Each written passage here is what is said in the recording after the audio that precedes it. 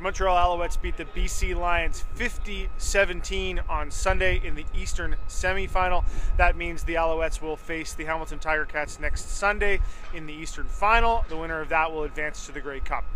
Chatting with the Alouettes after their win, they are very confident about facing the Ticats. They believe that their loss on November 8th in Hamilton was a game that they gave away, not that the Ticats won. Chatting with Jerron Carter, he basically said, we're going to kick Hamilton's ass. And chatting with Bear Woods, the linebacker, he said, basically that they were very confident facing Hamilton and going into Hamilton next week. Certainly a lot of bulletin board material for the Ticats if they choose to use it.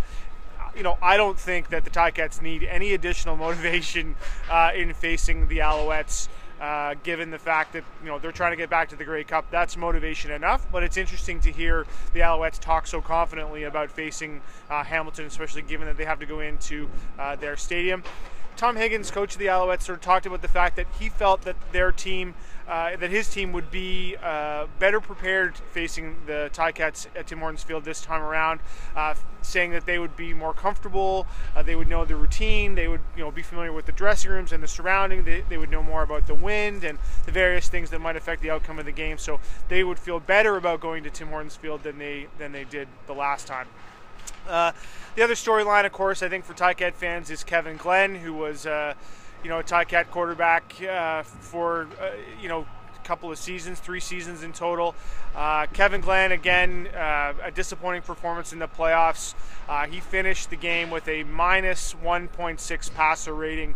He threw 2 interceptions, completed only 33% of his passes. He's now 4-7 in 11 career playoff starts. Certainly another disappointing outing for him. A guy who's had a long career in the CFL, but doesn't have a CFL championship to show for it. It's disappointing for him, certainly.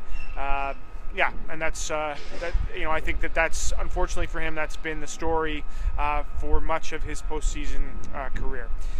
So the Ticats back on the field next Tuesday as they'll begin their preparations. They met for the first time today. A lot of tweets from players about watching the game and all the rest of it. So they'll have an extra day of practice this week. The Alouettes won't be on the field till Wednesday, so not only do they get the extra day of rest, but they'll have an advantage of game planning and an extra day of practice as well.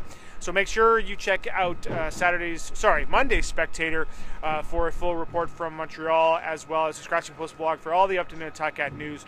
Reporting for the Hamilton Spectator in Montreal, I'm Drew Edwards.